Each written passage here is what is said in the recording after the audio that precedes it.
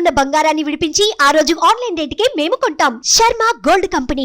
నమస్తే, welcome to Suman TV. ప్రస్తుతం మనతో పాటు ఉన్నారు ప్రముఖ ఆస్ట్రాలజర్, ఎనర్జీ వాస్తు నిపుణులు, శ్రీ విద్య ఉపాసకులు శ్రీమతి జయప్రద గారు. నమస్తే. నమస్తే అమ్మ, శ్రీమాత్రే నమః.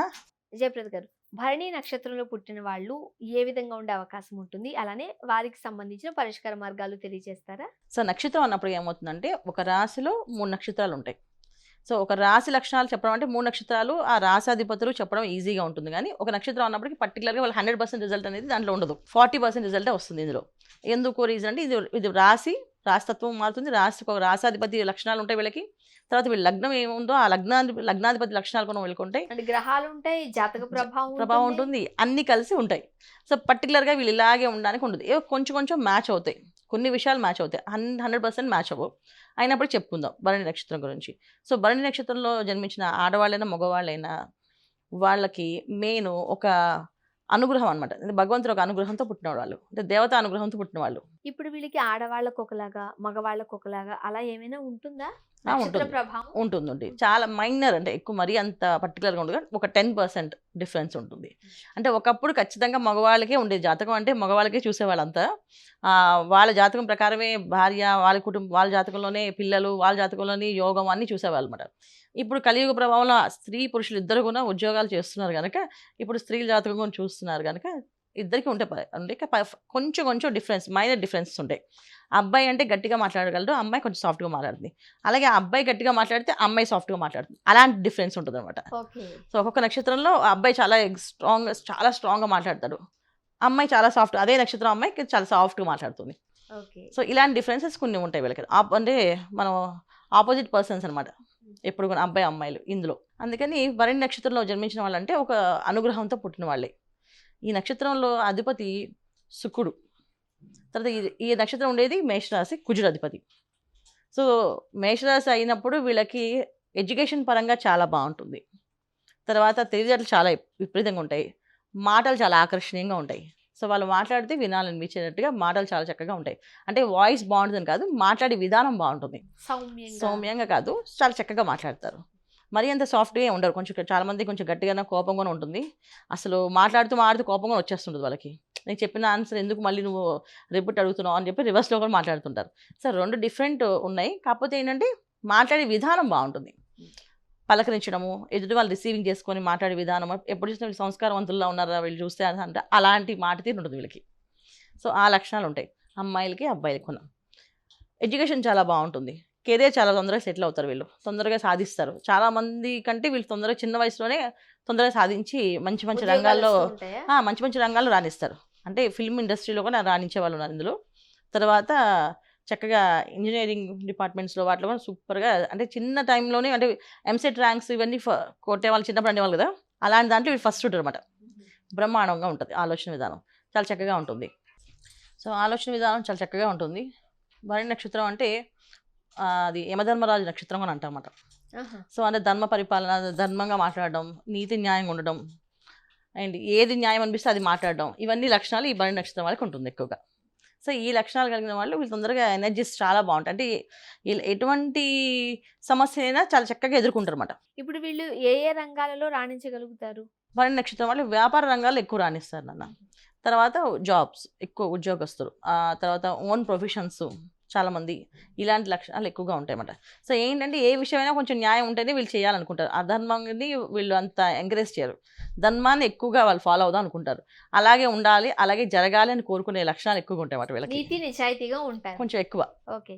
సో అలాంటి వారికి కాస్త ఇబ్బందికర పరిస్థితులు కూడా మనం చూస్తుంటాం. అందుకే వ్యాపారస్తులుగా వాళ్ళు వద్దులే, మనకి వాళ్ళని వీళ్ళు మోసం చేసి మాట్లాడే కంటే మనమే ఏదో ఒక మంచి వ్యాపారం చేసుకుందాం అనే లక్షణం ఎక్కువగా ఉంటుంది. మరి పరిష్కార మార్గాలు ఏంటి? భరణి నక్షత్రం వాళ్ళకి లైఫ్లో ఇబ్బంది అంటే వచ్చిందంటే అది పెళ్ళే కీలకమైన ఇబ్బంది. సో పెళ్ళి అయితే భార్యాభర్తల మధ్య సమస్యలు ఉంటాయి. పెళ్ళి కాకపోతే పెళ్ళి కావడానికి టైం పడుతుంది వీళ్ళకి. ఆలస్య వివాహాలు ఉంటాయి. వీళ్ళ వివాహం అయ్యాక ఇబ్బందులు కూడా ఉంటాయి చాలామందికి. వివాహం అయ్యి ఇద్దరు బాగున్నారు దంపతులు ఇద్దరు అనుకుంటే పిల్లలు లేకుండా ఇబ్బంది పడతారు. సో ఇలాంటి లక్షణాలు చాలా ఎక్కువగా ఈ భరణి నక్షత్రం వాళ్ళు ఫేస్ చేస్తారు. అంటే ఫ్యామిలీ విషయంలో వీళ్ళకి చాలా ఇబ్బందులు ఉంటాయి.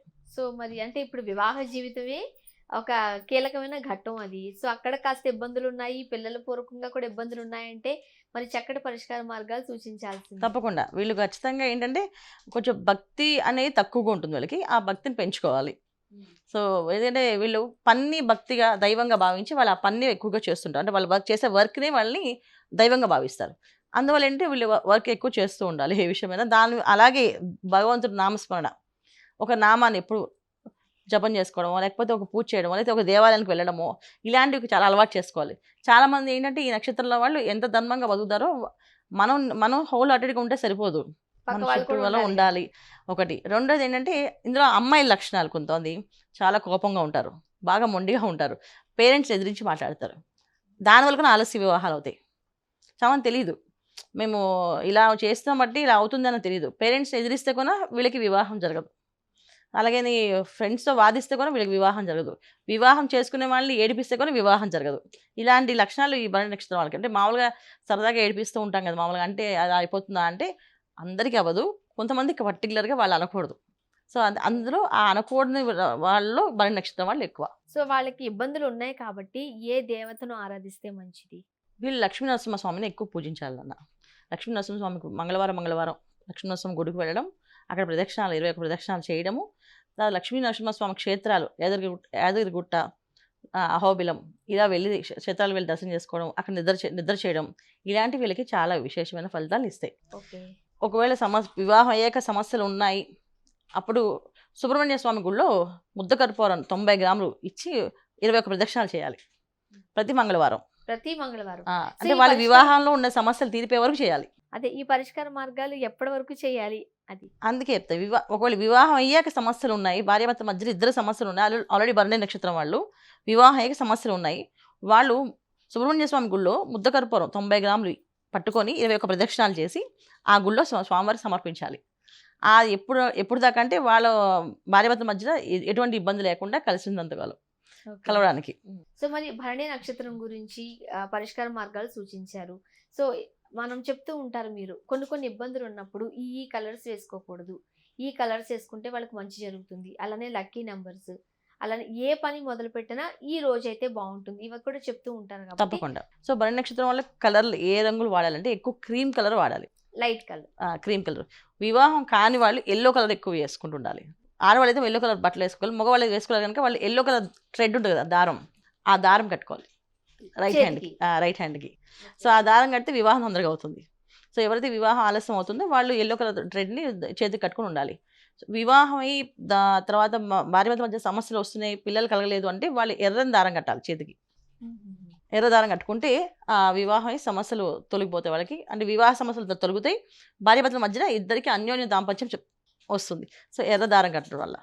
సో ఇది ఈ ప్రకారం చేయాలి. లక్కీ కలర్స్ వచ్చేసి వీళ్ళకి 9 నెంబరు బాగా కలిసి వస్తుంది, తర్వాత 6 నెంబర్. ఫస్ట్ ప్రయారిటీ 9 నెంబర్ ఇవ్వాలి, తర్వాత ప్రయారిటీ 6 ఇవ్వాలి. ఏ పనన్నా ఏ రోజు మొదలు పెడితే మంచిది? శుక్రవారం మొదలు పెట్టాలన్న. శుక్రవారం మొదలు పెడితే మంచిది. సో భరణి నక్షత్రం వాళ్ళు ఏ పని చేయాలనుకున్నా శుక్రవారం చేస్తే మంచిది. శుక్రవారం చేస్తే శుభయోగంగా అన్ని పనులు విజయవంతంగా అవుతుంది చక్కగా. మీరు కొన్ని నక్షత్రాలకి జీవితాంతం ఈ పరిష్కార మార్గాలు పాటించాల్సిందే అని చెబుతున్నారు. బట్ భరణి నక్షత్రానికి వచ్చేసరికి ఆ సమస్య తీరేంత వరకు, ఆ ఇబ్బందుల నుండి బయటకు వచ్చేంత వరకు మీరు సూచించిన పరిష్కార మార్గాలు పాటిస్తే సరిపోతుంది. ఓకే. ప్రతి మంగళవారం లక్ష్మీనరసింహస్వామి దర్శనం చేసుకోవడం, ఆ దేవాలయానికి వెళ్ళడము, ప్రదక్షిణాలు చేయడం చాలా మంచిది. ప్రతి సంవత్సరము వీళ్ళు ఒక క్షేత్రానికి వెళ్ళాలి. అది అహోబిల క్షేత్రమైనా వెళ్ళొచ్చు, యాదగిరిగుట్ట అయినా వెళ్ళొచ్చు, సుబ్రహ్మణ్య లక్ష్మీనరసింహస్వామి క్షేత్రాలు ఏవేవి ఉన్నాయో అన్ని క్షేత్రాలకు వెళ్ళొచ్చు వీళ్ళు. అది వీళ్ళకి చాలా శ్రేయోదకరమైనది, మంచిది. జయప్రద గారు, భరణి నక్షత్రం గురించి పరిష్కార మార్గాలు సూచించారు. ధన్యవాదాలు. నమస్కారం. శ్రీమాత్రే నమః.